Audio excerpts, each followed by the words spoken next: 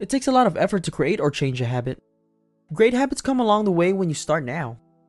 This book is divided into 3 parts: the habits of individuals, the habits of successful organizations, and the habits of societies. The first part of the book, Charles Duhigg describes how habits are formed, what the parts of habit loops are, and what to focus on in order to change your habits. A habit consists of 3 parts.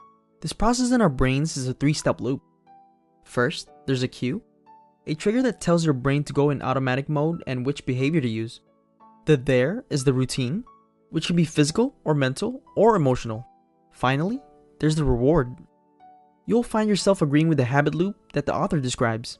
One of the huge habits I've personally changed is procrastination, and that I was able to recognize and connect those reasons to change the particular habit and did exactly what the book considers.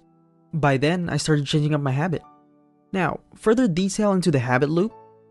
Remember, the habit loop is made up of 3 components. It starts off with a cue.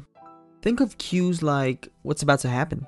What are you doing at that moment you desire for that specific cause? Where are you? What are you doing? What time of the day is it? Any of these answers can be the cue that suggests you to the direction of your normal habit.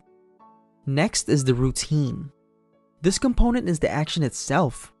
Using bad habits examples like staying in bed, watching TV all day, procrastination on anything that needs to be done. The list can go on and varies for everyone. The same applies to good habits. Eating healthy, staying in shape, and creating book reviews for me to share to all of you. And then we have the reward. The reward is that amazing feeling when you have accomplished your routine. This could be anything from feeling comfort of your bed, satisfying your entertainment by binge watching your favorite shows, and finishing what was needed to be finished on time. Charles Duhigg's study of habit is interesting, due to him digging deeply into the science behind the power of a habit. At the end of the book, he explains the method of changing those bad habits we create. Here's how you can help change those habits. It's very simple in terms of words. It's where putting the action determines the outcome. First, you find out the cue.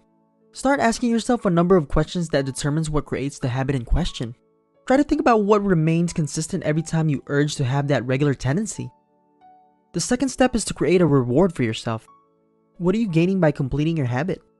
For example, I reward myself with small breaks in between when I feel I have accomplished a big part of creating these videos. The third step is to take the place of the routine with something that will give you a similar reward. Try it out on a bad habit you're working on. Whenever your cue emerges, try an alternate schedule that gives you a matching reward. In the book, the author uses an example of a bad habit he changed, which was eating a cookie every afternoon at work. A quote from the author himself: "By learning how to analyze my habit, I figured out that the reason I walked to the cafeteria each day wasn't because I was craving a chocolate chip cookie. It was because I was craving socialization, the company of talking to my colleagues while munching. That was the habit's real reward. And the cue for my behavior, the trigger that caused me to automatically stand up and wander to the cafeteria, was a certain time of day. So, I reconstructed the habit. Now, at about 3:30 each day, I absent-mindedly stand up from my desk, look around for someone to talk with, and then gossip for about 10 minutes. I don't even think about it at this point. It's automatic. It's a habit. I haven't had a cookie in 6 months. I have a quick example of developing a habit for myself that made a huge impact in my life.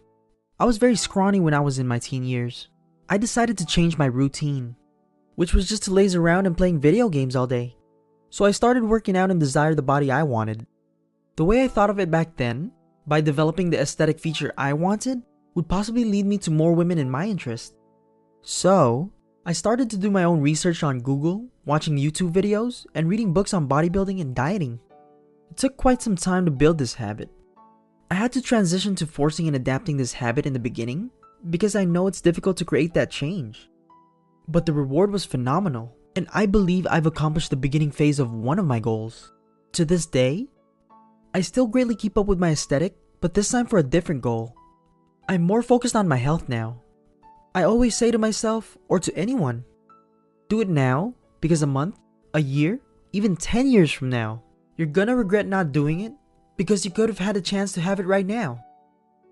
I do highly recommend the power of habit to anyone interested in changing their bad habits. And on the off chance that you likewise happen to be captivated by the investigation of how our brains function, at that point, you'll love this book. I provided links in the description box down below on where you can get this book. Click on those links and feel free to check it out. And thank you so much for watching. If you like this video, feel free to hit that like button. Do you have a habit you want to change? Let me hear it in the comment section below. And if you haven't already, please subscribe and hit the notification bell to keep updated with the next book review. If you made it this far in the video, I just wanted to give you a little reminder that you're an awesome person. Remember, to make each book you're reading count. The temp out. I'll see you guys in the next video.